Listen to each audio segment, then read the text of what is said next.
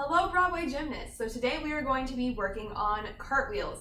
So I have made a previous video on cartwheels and there are a whole bunch of variations, but today I'm going to focus on the heel drive of the cartwheel and how you can work that into eventually an aerial.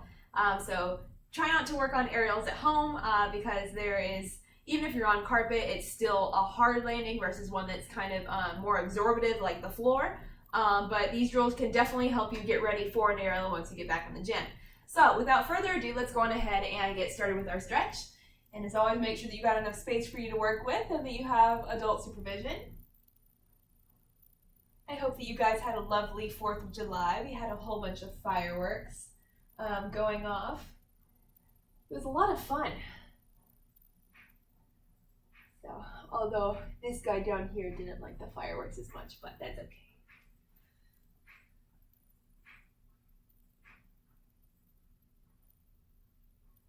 Good. And go ahead and straddle sit. And go down to the side.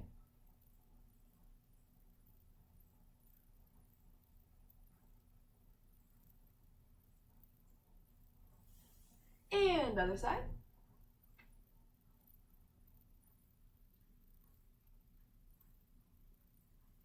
Good. Reach for the middle.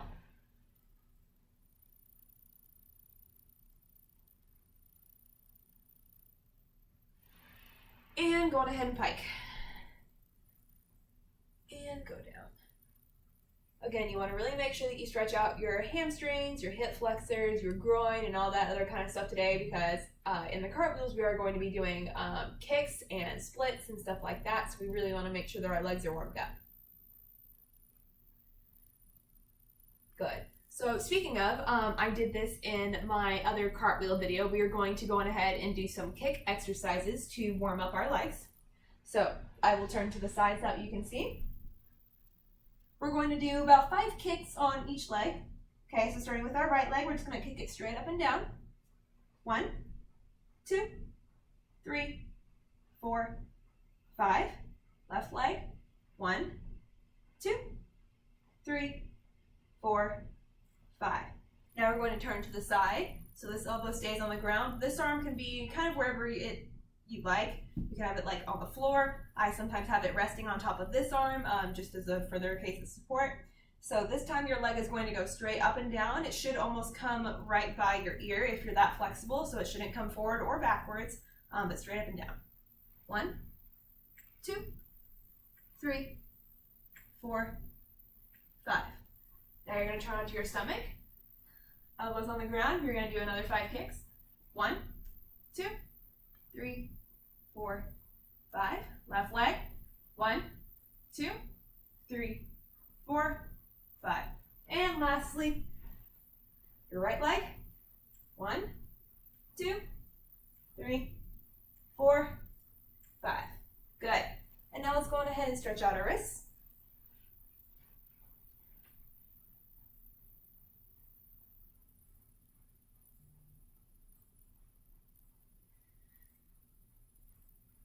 Here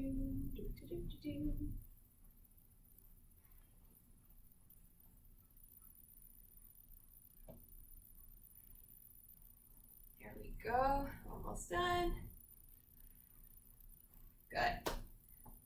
So yes, we are going to be doing splits today. Thank you for asking. Let's go ahead and start off with our right leg. Nice lunge as we always do.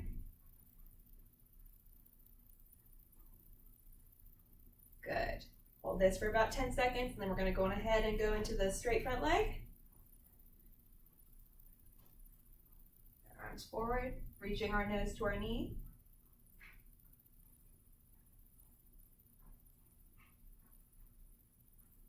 Good. And then before we slide down, making sure that our back leg is straight behind us and not out to the side, we're going to go on a slide down, and then we're going to hold it for about 10 seconds. We don't have to put our arms up today. Just make sure that you hold it for about 10 seconds. Good. And then we're going to go on ahead and switch. Left leg. Oh, that's my foot.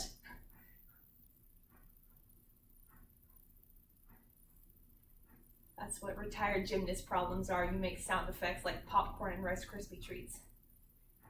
Got that to look forward to. You'll be your own musical instrument. Straighten out your front leg. That's why it's important to stretch. It reduces the sound effects.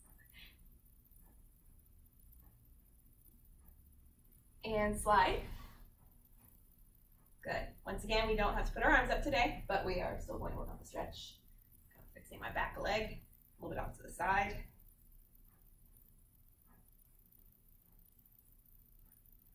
Good. Then we're going to go on ahead and do our middle split.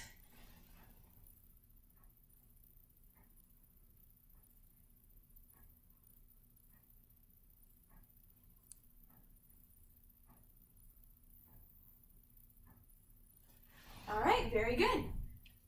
So, good job. So now we're going to move on to the lesson regarding cartwheels. We're first going to start off just warming up the cartwheel in itself, and then we're going to work on drills for the aerials.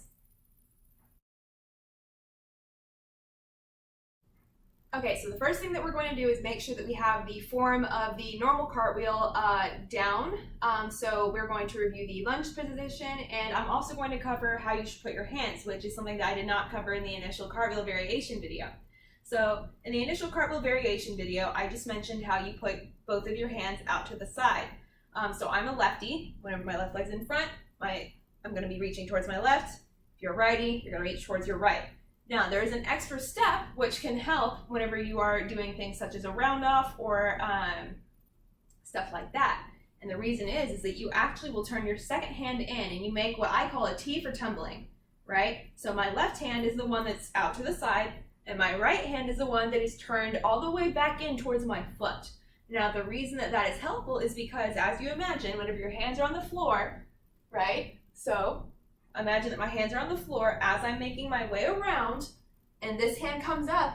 This hand can push off of the floor and help me stand up. If my hands are both this way and I'm coming this way, then this hand can't do the exact same thing because it would have to like push kind of to the side. If it's facing this way, you can push straight up and down, right? So I'll show you actually, I just wanted to explain it.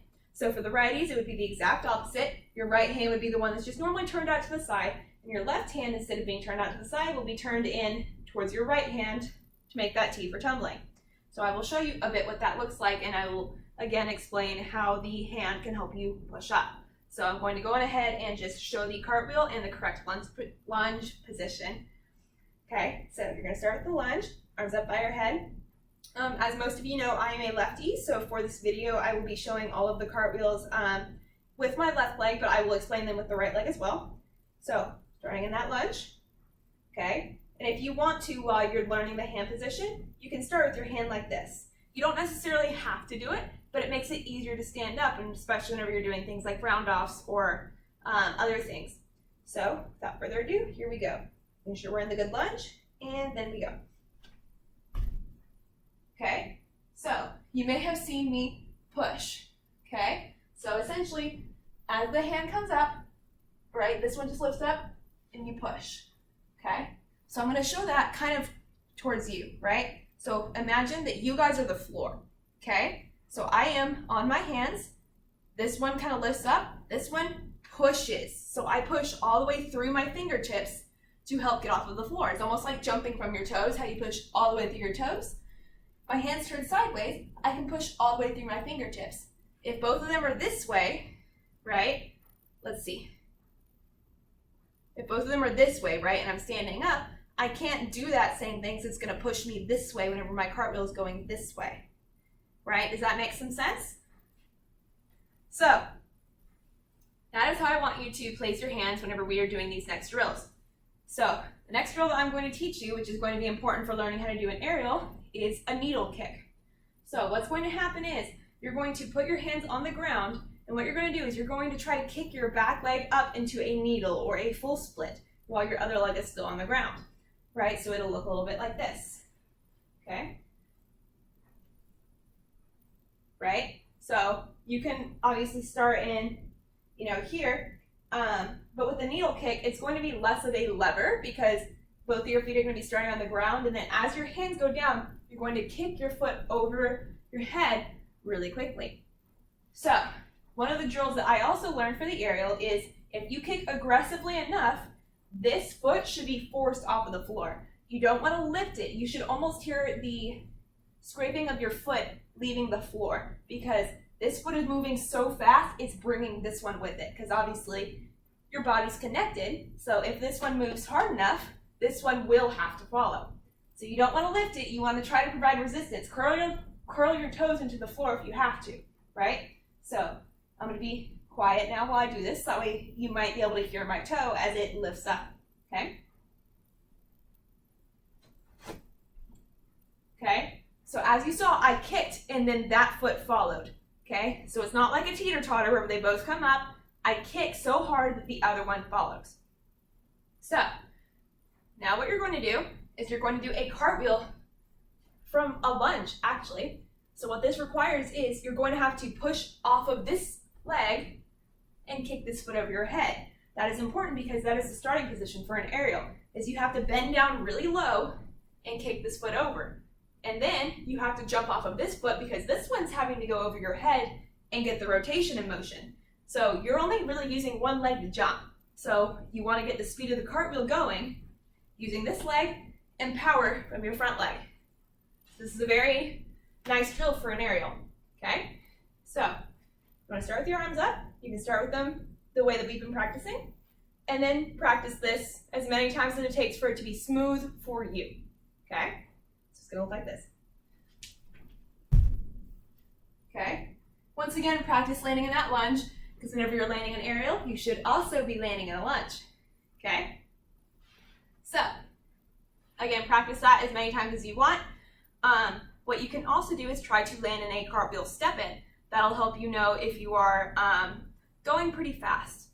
Because what I mentioned in the cartwheel variation video is cartwheel step-ins are used to learn round-offs for your feet together, but whenever you stand up fast enough and you take steps backwards, that's how you know that you have really good speed in your cartwheel. So this can be helpful in letting you know whether you are ready for an aerial or not. Because if you're landing short like this, if you don't have your hands on the ground, you're going to be really short and you're not going to stand up. So if you are already landing this with your chest back and you're traveling, you might be ready to try an aerial. So let's see if I can get it fast enough to wherever I do a cartwheel step in and I'm actually traveling backwards. So I'm going to start a little bit further back so that way I have enough room and maybe you can see me standing up with my chest up. Oh, one of the other things I forgot to mention is, because you may have seen me scoot my foot forward, if your foot's super close together, your knee's going to have to now go straight up and down. And again, we want our cartwheels to be long. So if my lunge is really small, I don't have a lot of time for my back leg to get over my head. So I want to have a nice wide lunge, just like I would if I would be standing. So, here we go. Okay, so I tried. It wasn't the smoothest cartwheel, so I need to practice more, right? But don't give up. So just because from the beginning it feels slow, you can still get that momentum going by moving your legs. So don't give up in the middle of a cartwheel just because it's like, that one was kind of crooked, or I didn't go super fast in the beginning. Make it up. That's how you work your muscles, okay? Because not every single skill that you do is going to be perfect on the first try. If you wait for the first, for that one perfect time to do a skill, you're gonna maybe practice an aerial like a couple times. So you have to go with what you're given, okay? So once you've practiced that a couple times, then you're actually going to do the cartwheel, okay? So one of the other things that you can practice are one-arm cartwheels. I also covered those in the cartwheel variations. And the reason for that is because the way that you learn an aerial is it's almost like a, how do I explain this? It's like a diving cartwheel in the sense that you try to miss your hands, but then you put them down when you need to, right? So for the one-arm cartwheel, it was kind of the same thing in the fact that you kind of kept your second hand at a safe distance, so then you could put it down if you wanted to, like this. Right, so see how it stayed up, but then I could put it down if I needed to. So the same thing happens with aerials, except with both of your hands. So what you would do is kind of like a diving cartwheel. So Don't actually do a really big diving cartwheel at home. You want to do just a very little one, like a slight delay from when your hands hit the floor. Because again, even if you're on carpet, the floor isn't going to give at all, right? So the floor, whenever you hit your hands, it'll give a little bit. So this can be very trying on your wrists. So don't do a big diving cartwheel. I'm going to show you a little bit what it looks like though, okay? So again, you have to get the foot over your head. Otherwise, whenever you hit your hands, if your feet aren't over your head, you're going to kind of be stuck, okay? So here we go, right? So I'm going to bend low and kick and then touch my hands pretty quickly, but not like right from the beginning, okay?